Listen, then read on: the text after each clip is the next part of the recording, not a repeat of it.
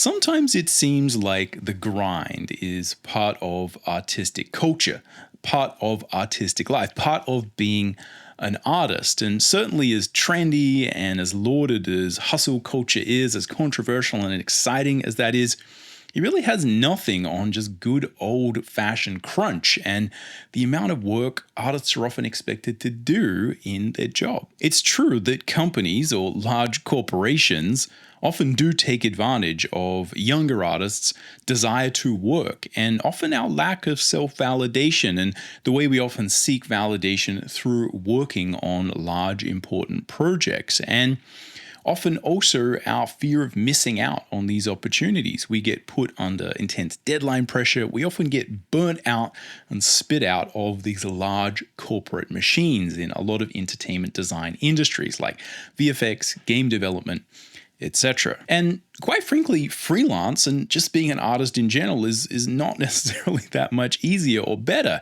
We often have to take on a lot of work and often we're valued by the amount of work we have going. And often, quite frankly, it's just sort of tricky to make a living unless you kind of really put yourself out there. And often we have to kind of take on a lot of projects. We have to kind of hustle.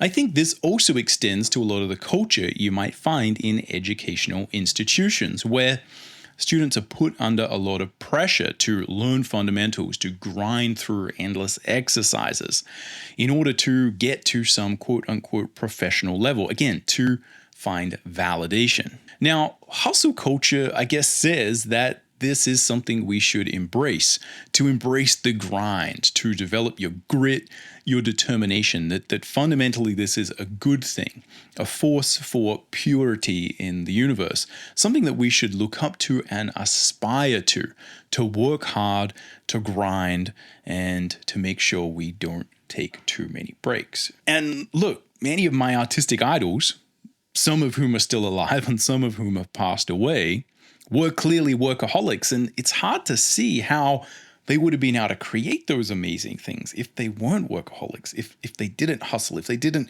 work really, really hard. But on the other hand, a lot of them did seem to die really, really early.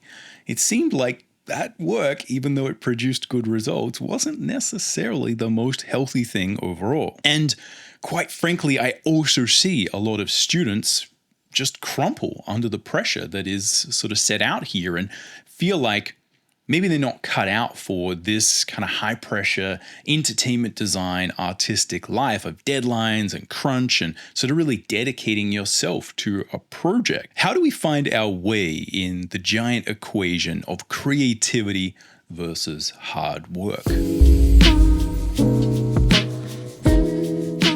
Welcome to the Visual Scholar Podcast. My name is Tim McBurney. I have been a professional working artist for over 20 years, and on this show, we're all about demystifying the worlds of art, creativity, and productivity so that you can get better faster and enjoy your artistic journey. I think there's a lot of interesting things we could discover here, and my goal is not necessarily to come up with some prescriptive outcome or, hey, do this or don't do that.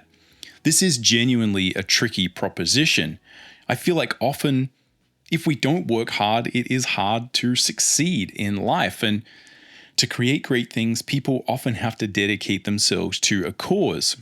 And also, from the perspective of a teacher, it's really disheartening to send people out into the world with misguided expectations about how much they're likely to have to work.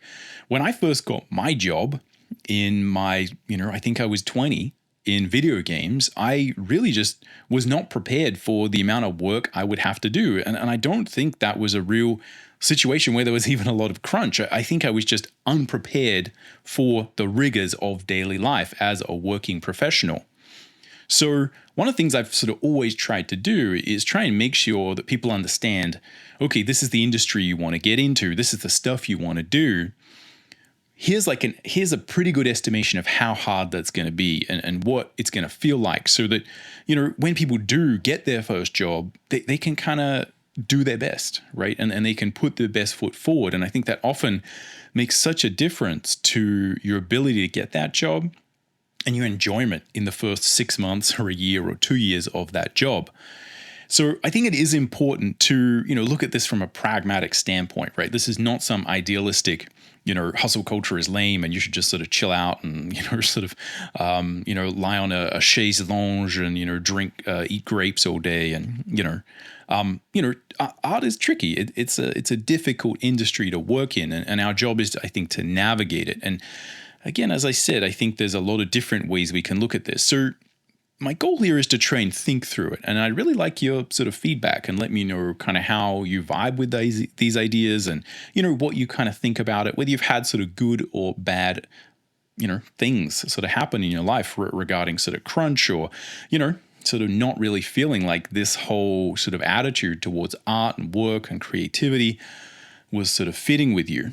So anyway, that's kind of where I'm going with this. It's not necessarily prescriptive, but I think there's a lot of interesting things that we can sort of maybe unpack and hopefully by the end of this, you'll, get a few new ideas about how you might be able to approach the ideas of creativity and hard work, etc. So if we look at the idea of hustle culture as a good metaphor for how we might interact with this, hustle culture is, I guess, that kind of generic idea that we sort of view people from Silicon Valley really sort of engaging in. The ideas of, sort of Gary Vee's classic sort of crush it.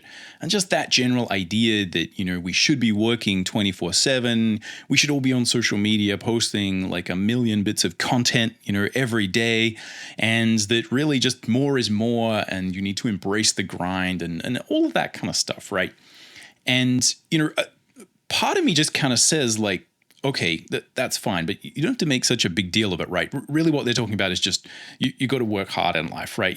And to me, there's kind of a lot of drama made out of like just, okay, you have to have a good work ethic. And it's a lot of people sort of beating their chest over essentially nothing like that. That's sort of how you could view it. But I guess the way that we're sort of told to embrace it, I guess, is the difference. And this is like, as a little aside, like this is one of the interesting things that I kind of got to interact with working for 10 years in the French comic book industry, because everyone kind of says French people are lazy. And again, apologies if anyone's sort of French out there and you're kind of like, but yeah, I mean, that's generally what is sort of viewed, right? Is that, it's the idea of having these 2-hour, 3-hour lunch breaks. And a lot of European ethos of work is that, we should work less, it's not the 60-hour work week, it's sort of the 35-hour work week.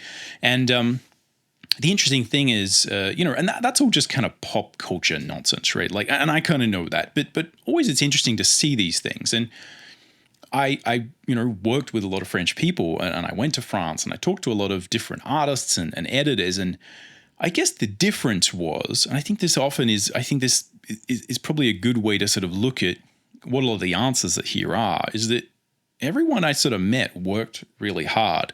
Certainly all the editors and the people in publishing worked really hard. And I think there is an essence to publishing in general where so much of it is deadline based because we're always trying to meet publishing deadlines and there's just a million little things you kind of need to do. So it is a fairly high pressure industry. And some people really like that. Some people kind of like the rush of deadlines. And some people don't. Often, it's people in the editorial game maybe who kind of like putting all these things together and feeling the rush. And it's kind of artists who maybe don't like it so far. But I don't think it necessarily cuts down that way. But the key insight I had was that, and this is me, again, if you are French and you're kind of listening to this, let me know how this lands. But my feeling was that all the people I met in France worked really hard, but there was a feeling, just like a general understanding that like, it's probably not best to work that hard. And it is really good to be able to chill out and have a 2-hour lunch break. And that was a really important part of life, the relaxation, and that, yes, we work hard and because that's important or your job sort of requires it, but it's not this kind of embracing of that as a culture and putting that idea on a pedestal. I think what was put on a pedestal was a little bit more balance and, again, a little bit more of that, we work hard and then we kind of talk about life, while we're having a longer lunch, which, again, I kind of really liked. But anyway, and that is just a little bit of a metaphor for things, right? I'm sure everything's much more nuanced than that. But, that's like a good sort of example of how, I think we can sort of view things differently, and what hustle culture really is. It's the idea that this is good. Now, how might that actually relate to art? Because obviously that's, to do with people who are pretending to kind of make startup companies, and, that there's a lot of sort of language around that sort of Silicon Valley culture that's quite specific to people being entrepreneurial and, having to really work hard. I mean, I think artists have always had to work pretty hard. We're always in these fairly competitive industries. And, I think that just from my experience, reading a lot of books about artists and their lives, that has always been a consideration. But where I kind of really have sort of seen this idea sort of creep in is, when I was studying really early on, just on the internet, that there seemed to be many camps, and some people were really into this idea of, what I would metaphorically call drawing till your fingers bleed. Everyone was trying to improve, right? We're all trying to get better as artists, and especially early on when we're just nowhere near where our goals are situated. We got a long way to go. Often there is just a strong desire to work really hard as a way to solve this problem. If I draw 18 hours a day, if I don't, sleep, if I just work so hard that I'm exhausted every day, then I will get to my goal earlier. And I think this would also pervade, and I think maybe comes from a lot of the, sort of more high profile design schools and sort of concept design schools and stuff like that, where obviously people are paying a lot of money to go there. Often, and the industries they're working in are very competitive, and there's a need to get a job really soon and pay off all that student debt, especially in the sort of Western, United States kind of educational system. So I think there's a lot of real culture of like, we need to make this count, and we need to put in all our effort to learn as much as we can and get as much value out of this education as possible. And again, there was a lot of staying up all day, all night, multiple, 5 days in a row, often, facilitated via, various kind of substances that would allow you to do that. And, that to a certain degree, that does work, right? Like it works for some people. And I think this is where it's sort of interesting, is often that there is a bit of survivor bias there, where you kind of hear a lot of people who went through that and responded well to that will sort of speak fondly of it, right? In the same way, when you do like a really intense workout that just completely sucked when you were doing it, right? It's just miserable. Once you've done something really hard, it's like a hazing, right? You sort of go through it, and then it kind of brings everyone closer together, and you kind of remember fondly the hard times. Either way, again, I think it's like a tricky thing, but there definitely is this vein of hard work that pervades a lot of artistic learning. And it does kind of really say that you should be working on this all the time. And I see a lot of kickback towards that. And this is part of the reason I like to talk about this productivity stuff so much is I do really feel like the truth is in the middle somewhere, and a lot of success and fulfillment and happiness as an artist is in the middle somewhere. But there is a lot of things I hear people say, and even people, on sort of YouTube or podcasts saying, do you need to draw every day? And to me, it's like, well, if you want to be an artist, not only should you draw every day, but you should obviously be wanting to draw every day, because this is fun. And it's one of these rare jobs where you can get a career doing something that, is connected to you doing stuff that would essentially be a hobby, right? It's kind of like a hobby job in some ways. And I think a lot of people get torn and sort of messed up in that, for sure. Like, that's not perfectly everyone's experience, but the potential is there. And I think we should all be looking for that as an ideal, where you do want to draw every day, because it's fun and enjoyable. And I think that the better you get at it, the more fun you can have with it. But again, I think there is definitely this kind of feeling of, hey, maybe we shouldn't be doing it that hard. And there's a rejection of draw till your fingers bleed, just sort of chill out. And, if you're not inspired, don't draw.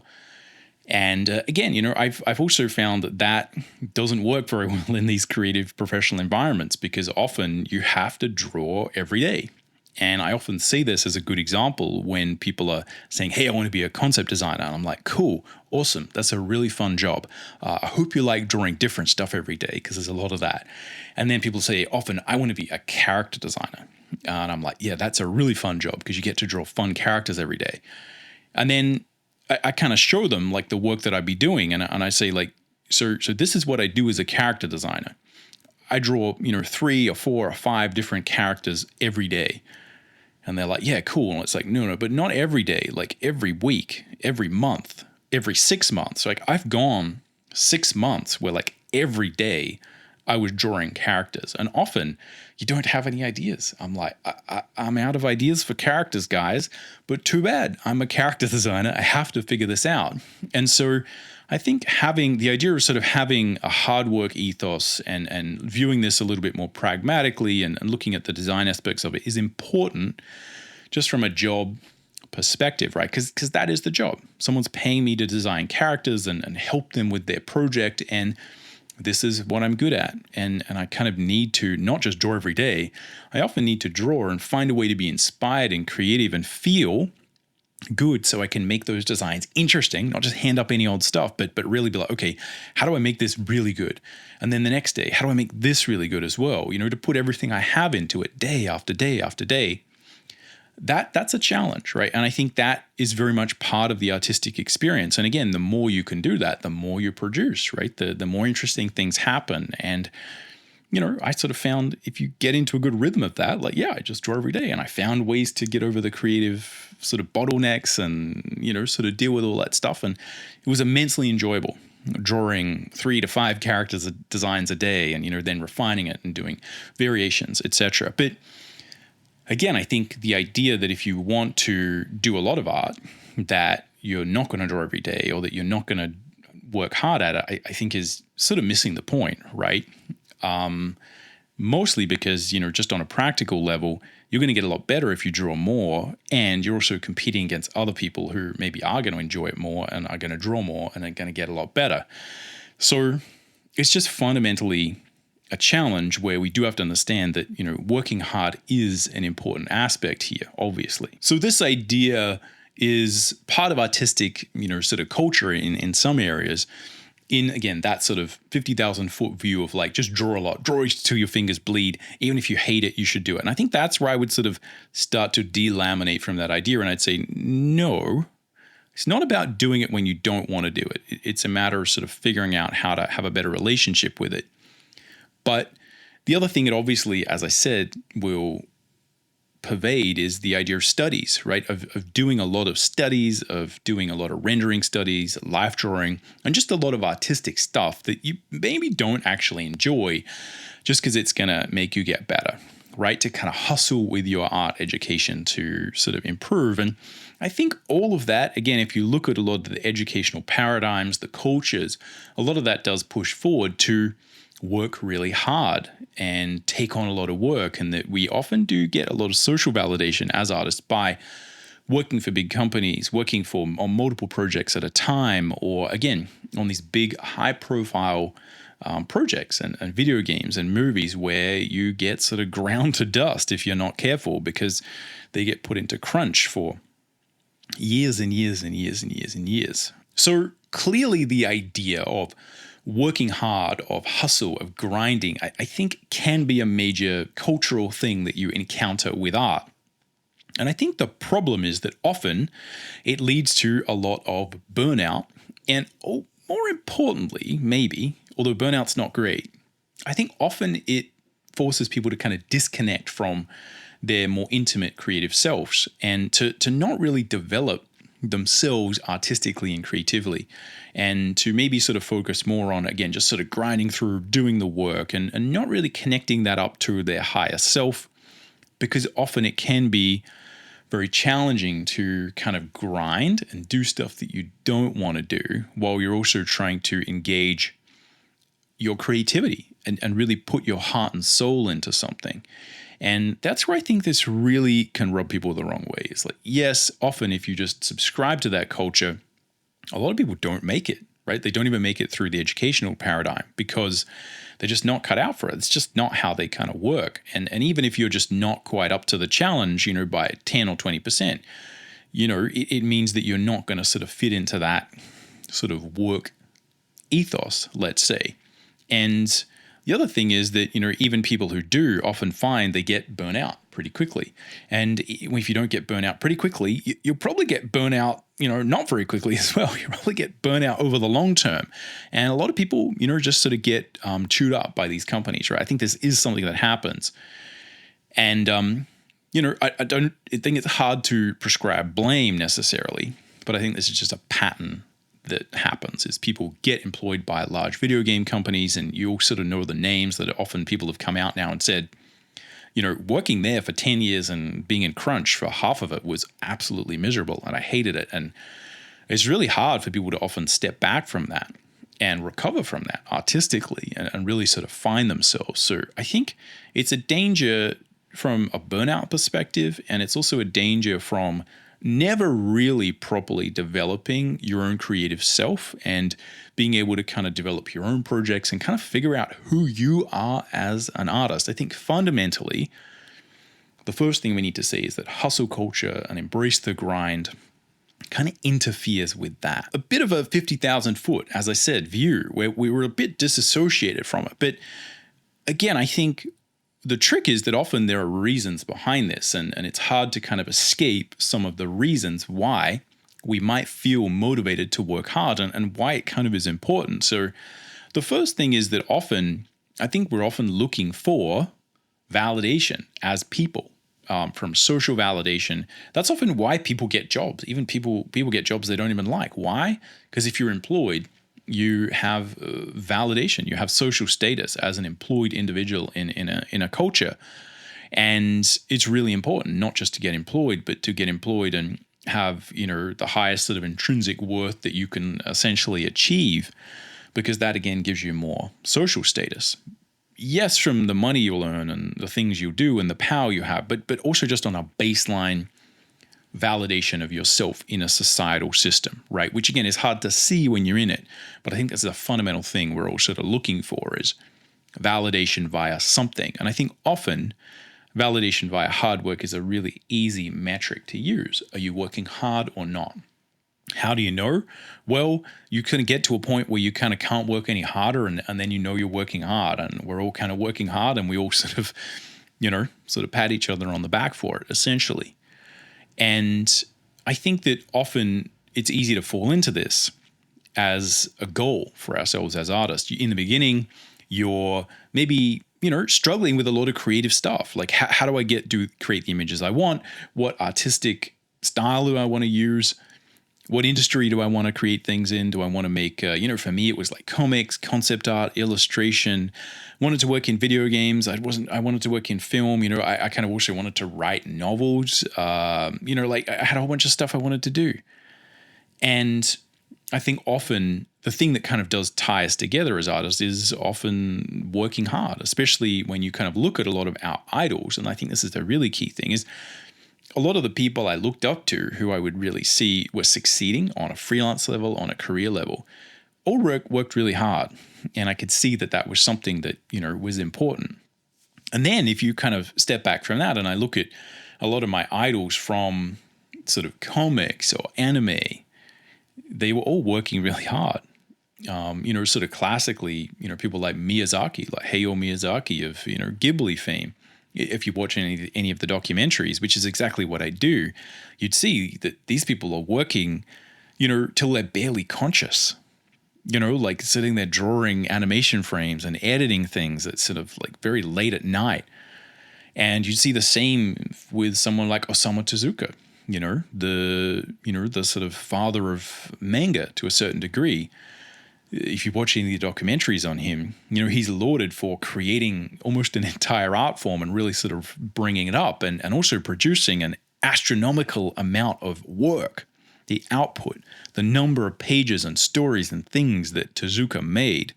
And again, if you're not sure who Tezuka is, he sort of created sort of like Astro Boy and just like it's actually impossible to list all the manga he created because he just did so much with assistance, sure. But you look at the work ethic, and again, he's up till 3 a.m, just sort of grinding away and seemed very happy. And, if you sort of look at sort of modern examples of, the sort of mangaka behind One Piece, Ichiro Oda, It's the same thing, right? He's been hospitalized many times for just working so hard. And this is not an isolated incident, right? A lot of really good artists work really hard. And a lot of the time it's sort of tricky to look at this and sort of view it rationally, because that's terrible and we feel bad about it. And you never really want to sort of imagine that you're getting into an industry that is rife with crunch and overwork. But also the hard fact that these are the giants of our industry. These are the people who've made some of the best stuff. But they do kind of die kind of young. They either die young or kind of young, you know? And, you know, it's sort of hard to see with a lot of these people. They work so hard, they produce so much work, but like maybe if they chilled out a bit more over the long haul, they would have made a lot more. Not everyone is like this, obviously. You know, a really important figure in Western comic book art, for instance, is Will Eisner. And, you know, Eisner lived to, you know, a fairly ripe old age, and I think was kind of, you know, still making, you know, comics right up till the end. It's really tricky to piece together some actual truth here, right?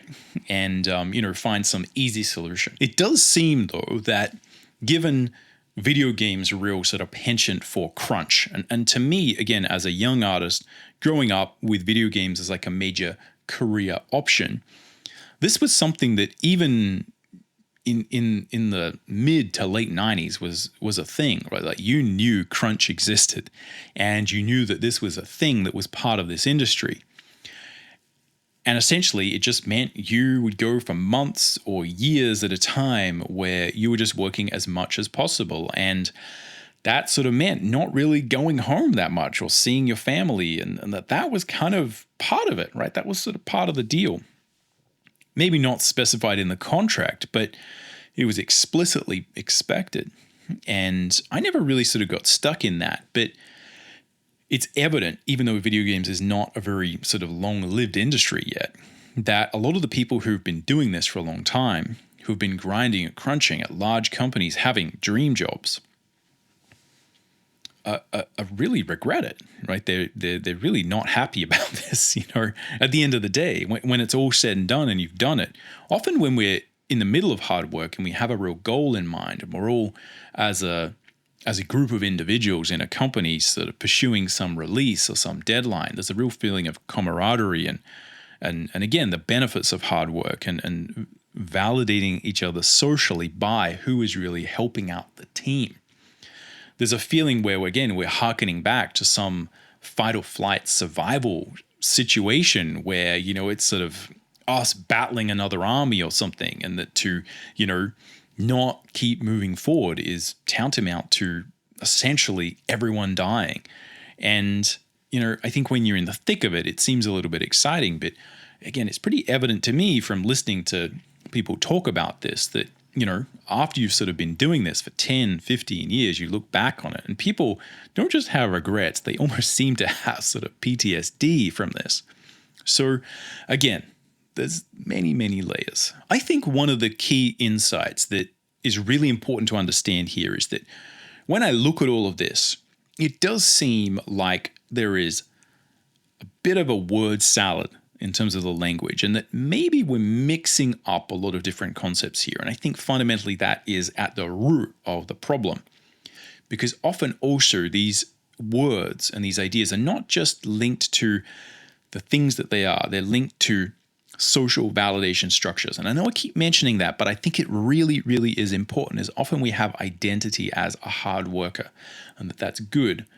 And if you come from, you know, a family culture where hard work is good, then you're going to really feel good when you do hard work. And if you don't, you're probably not going to. So all of these things are mixed up in emotions, status, and status really is something that is a fight or flight situation for a social mammal, like the advanced hominid that we are essentially. It's really important. It's one of the things that essentially is kind of life or death, having good social status. But I think fundamentally, if we try and step back from that, because, you know, there's many different ways to exist in the world, and there's many different ways to make your way as an artist. And I think if we try and step back from that, fundamentally one of the problems is that we're mixing up these different words. We have the words work ethic. We have the words hustle. We've got dedication. We've got crunch and burnout. And to a certain degree, these words are like mixed in together, and people are like, well, one goes with the other. This is one conglomerate of behavior, and you kind of can't have hard work ethic and dedication without going into crunch, and that, burnout is just part of working hard. And I think it's really important to try and separate out some of these ideas so that we can see what's really, really going on. This is all exacerbated by a couple of observations that I've been able to make over my career working on intense deadlines and really embracing the grind in many cases, and also embracing a lot of artistic angst as part of the process. And then having to teach and mentor people through these same things is that often I think there's a reason that creatives like the deadline. And I've spoken about this before. But the fundamental thing is that when we're on deadline, it quietens the voices, the intrusive thoughts. It lets you focus. There's a bit of stress, there's a bit of energy. You're really sort of pushed into a bit of that sort of fight or flight. It actually, I think, helps us to go into flow, to be on deadline, to be on crunch. It really makes everything kind of work a little bit. It's like the sort of special spice to have a bit of time pressure, I think. And I think that's often why people enjoy doing that. I think that's often why, if you're doing something that's a little bit creative and you can't kind of figure it out, we often wait till the very last minute. And when you wait till the very last minute and there's a deadline, you often find that your subconscious tells you, if you don't start right now, you're not going to finish this. And we often actually kind of do start it. But we give ourselves a very small time horizon. And I've sort of done this before, where I've been on a deadline and I've been sort of messing around and not working hard, not working in a pragmatic sort of, logical way. And I get to the deadline. And the thing is that the deadline and the pressure and the crunch and the hard work do a few things. They really force you to make creative decisions. They force you to go into flow. They force you to not worry about the different lateral situations and just keep going forward, because you don't have time to think about it. And the other thing is, when you don't create work on a deadline, it's a lot harder to know when to call it done, when it's finished. And I think this is also a fundamental thing, that in a lot of these large corporations, if you didn't have the deadline, if you didn't have the crunch, if you didn't have the pressure, and you just kind of said, well, we're going to have it done on Friday, everyone, and then you finish it, I think a lot of people would say, well, we could make it better. But when you can't make it better is when there's a deadline, because when the deadline hits, it's done. And often I think this does a couple of things. It makes everyone feel like we worked hard. We couldn't have worked harder, because we were all crunching for 6 months. Everyone was working very hard. And I think not everyone has a good understanding of how to value and validate the actual production.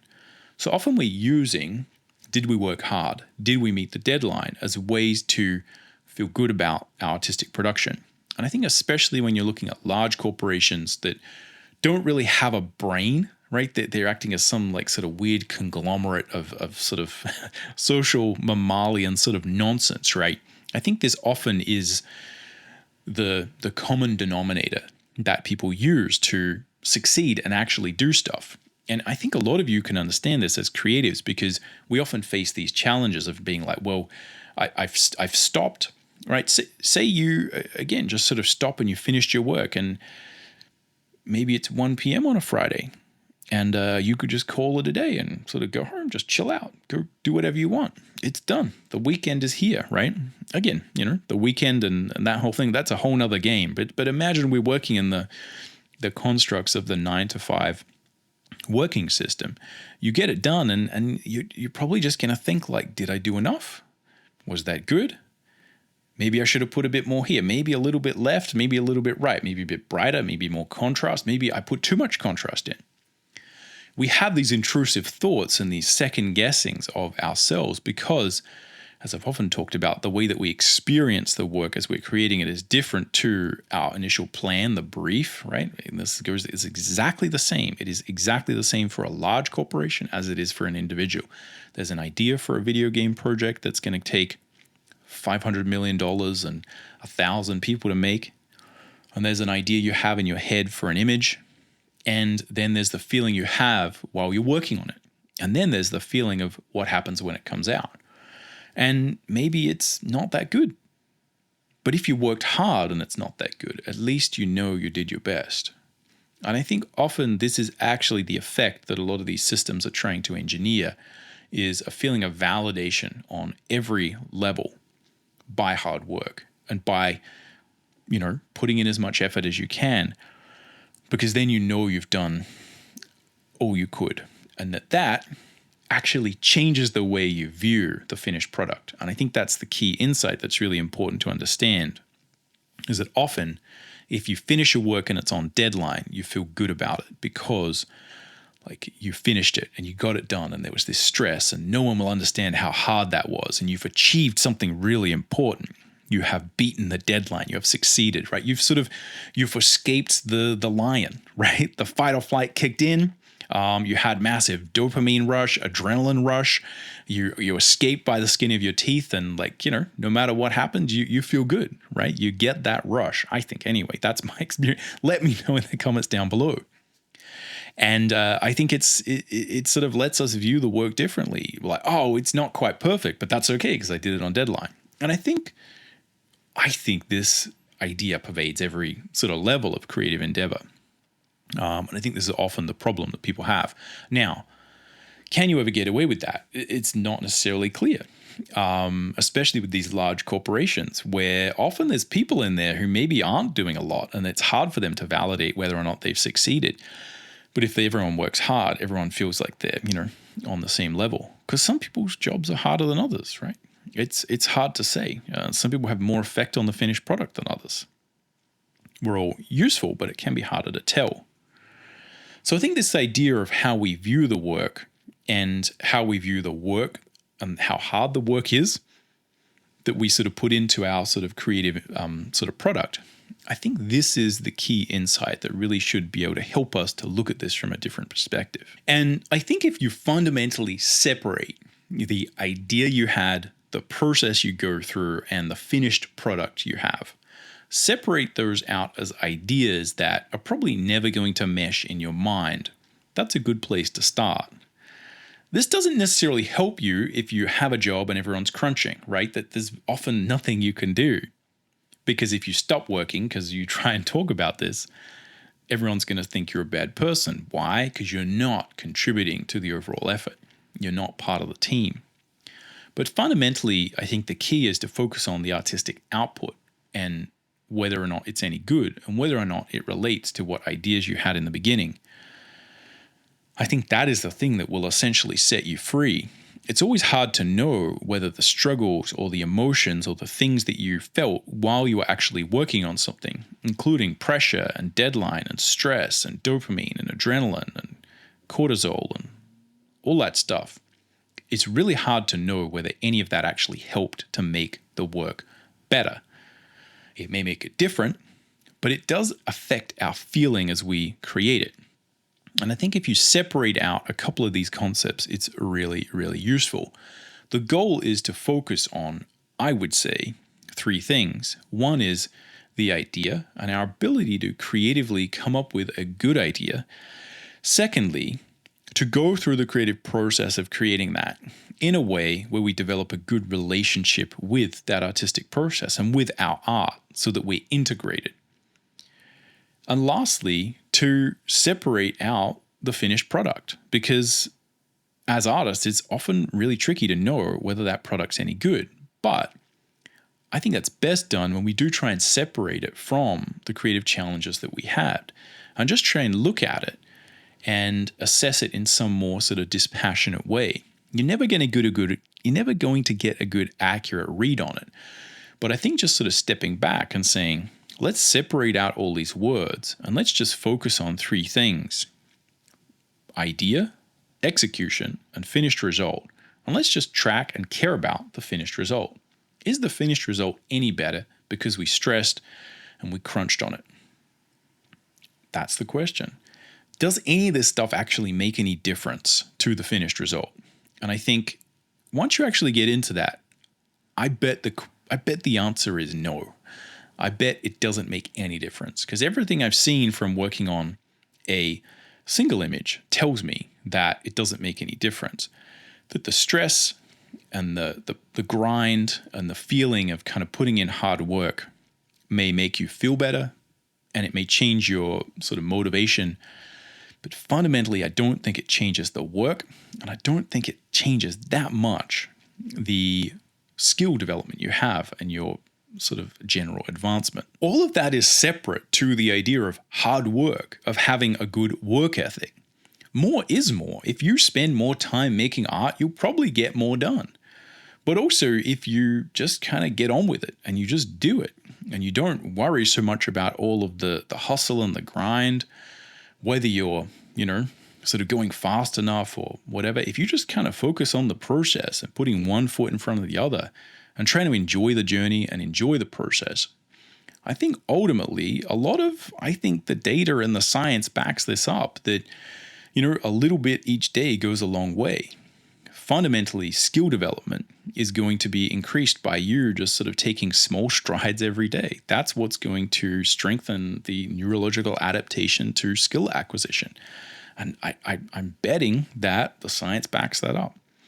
That's been my experience of it. And I think fundamentally, work ethic and working hard are very different to hustle and grind and crunch. I think these are things that are very much based on social structures. And a lot of the hard work and work ethic is just going to come down to how much passion you have for these things. And the more passion you have for it, the more exciting it is, the more you're going to want to do it. The better relationship you build with the process, the less like hard work it appears. But again, none of that really affects the finished result. The more you create, the more you're going to be able to create. The better you'll get, the better the work will get. That fundamentally is all there is to it. A lot of this comes down to figuring out what makes you tick. Some people really enjoy a challenge. Some people really enjoy a little bit of stress. Some people don't like any stress. Some people like a lot of stress. They like the pressure. And some people fit into these crunchy, grindy environments better than others. And I think that is fundamentally the key. Is a lot of people like the stress. As I said, in publishing, often the people who kind of end up there and kind of stay there, they like the deadline, right? We like the hustle. It's kind of fun. It's exciting, right? Seeing how much better we can make it, and like, oh, we made this change, and like, oh, we still got it in, you got to land the plane on time. Sometimes there's people who really enjoy that stuff, and without that, they feel lifeless and miserable because, everything's just a bit boring. And you can say positive or negative things about that, but we're all different. Some people just want to sit in their introverted art cave and make art and not really be sort of pressured about it, enjoy the process, and they're still going to be able to get a huge amount done. So much of this is a matter of figuring out what works for you, and also understanding there's probably many effective strategies that will work for you in terms of managing hard work, work ethic with creative output.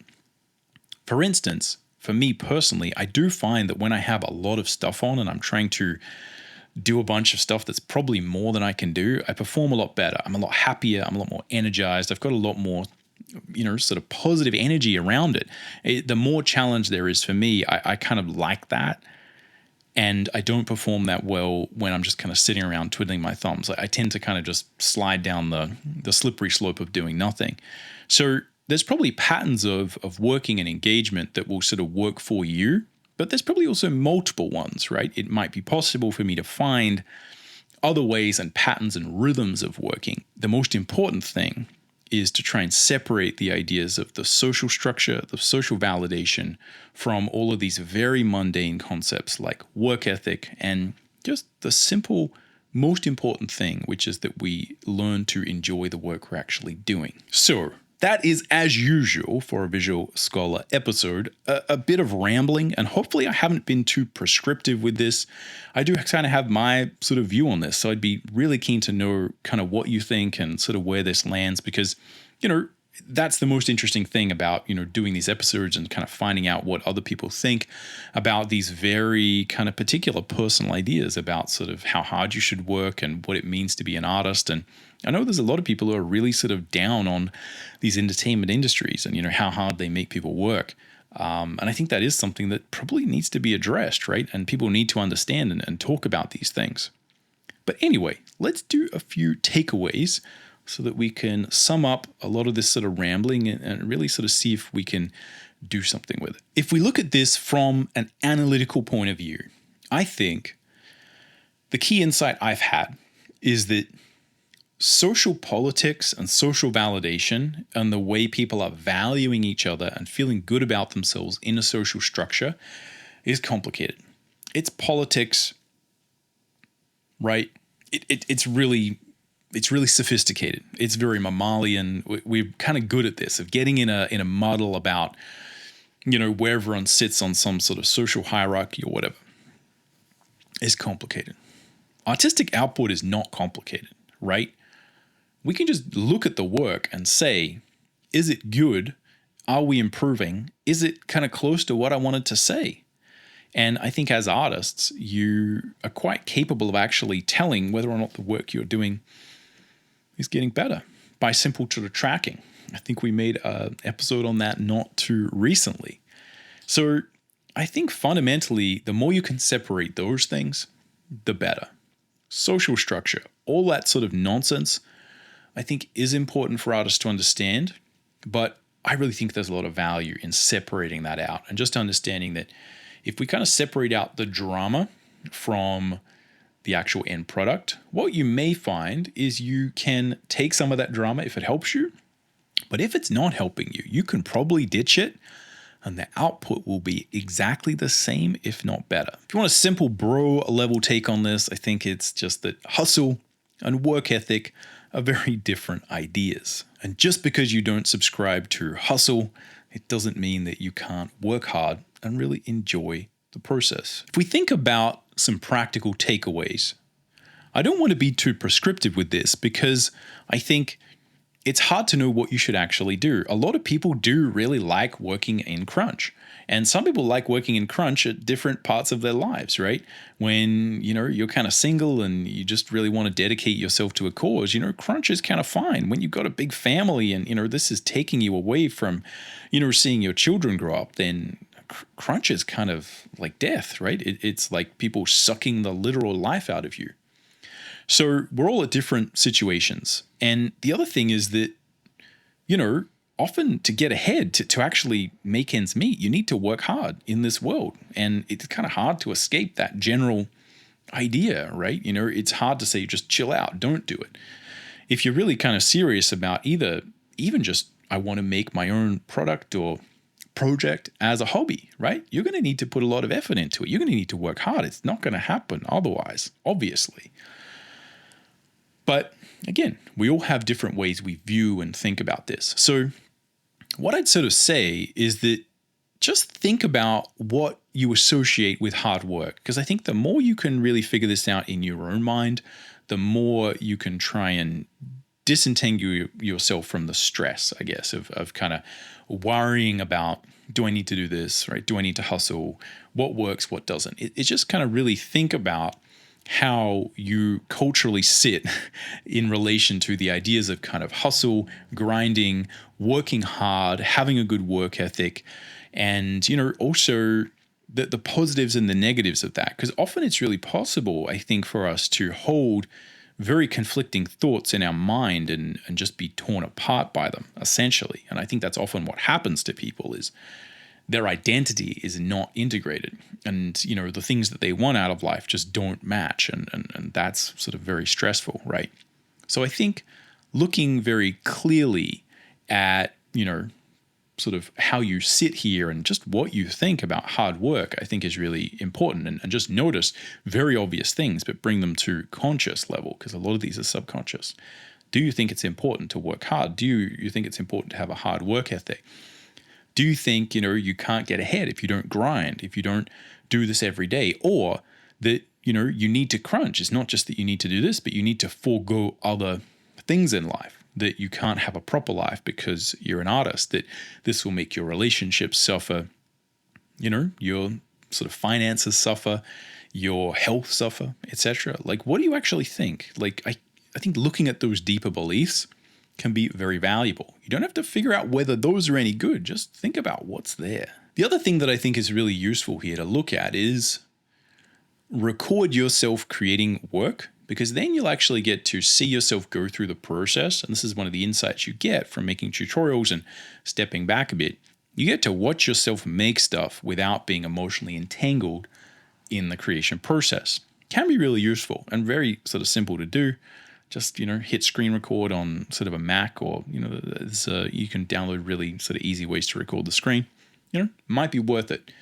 The other thing is really try and disentangle yourself from the deadline pressure and the way that often engaging in that is going to affect the way you view the work. Because often I think a lot of people don't really get to experience this that much, but try and create work without deadline pressure, but try and apply that deadline pressure yourself with some kind of timing, sort of trying to engage that feeling of like, it's go time, we got to engage, but try and separate that from, if I don't do it now, I'm going to fail a deadline, right? I'm not going to succeed in my job. I'm going to get fired. This person's never going to hire me again because I'm not going to produce the work. I think trying to separate that will give you the biggest insight into how it feels differently to finish work when you're on deadline or when you're in crunch mode versus when you just kind of call it done. And then you got to think about, well, is that any good?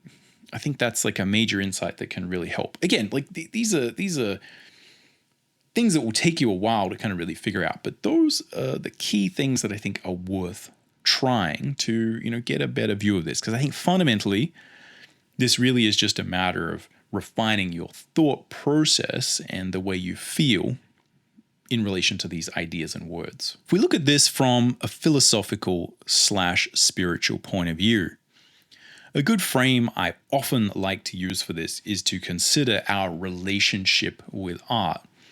We have social structures and, whether we're getting good, we got foundation. There's a lot of words here, but ideally, if we just break it down to what is your relationship to your art, this clarifies a lot of things. And relationships are complicated. It's not just a matter of, is this good or is this bad? Every relationship we have with people, with different things, with different feelings, with different industries, with different societies, I think is very telling, but they're all complicated and they're all nuanced, and we can have positive and negative feelings towards people. Complicated relationships. It's not easy. But you kind of know when you're in a good relationship and you kind of know when you're in a bad relationship. And I think that really is the key. And I think also it's important to understand that the relationship is frequently said to be something where it's a place you go to give. It's often maybe a mistake to think that your art is necessarily going to give you that much back, or that you should expect it to give you anything back. I think viewing it like you would a relationship and trying to improve that relationship and look at naturally what you get back by putting things in, and to understand that the better you build that relationship, probably, obviously, the happier you are going to be together. Anyway, that's all we got time for on this particular episode. Maybe this was a little bit sort of airy-fairy and deep, and I do apologize for not trying to come up with some really simple 3-part framework to kind of solve this one. I mean, I honestly think this is more to start a conversation than it is to end a conversation. And I'd really be keen to, as I've said, hear what you think about this idea and, sort of really get a better understanding of, some different options and maybe some ways you have found to kind of relate to this better. But I do see this idea as being something that's really important for artists to have good tools to solve going forward. And I think the more you can solve this, the more better art we're going to have in the world. And that ultimately is a better thing for everyone. So anyway, let me know what you think in the comments down below. Other than that, catch you around on the next one.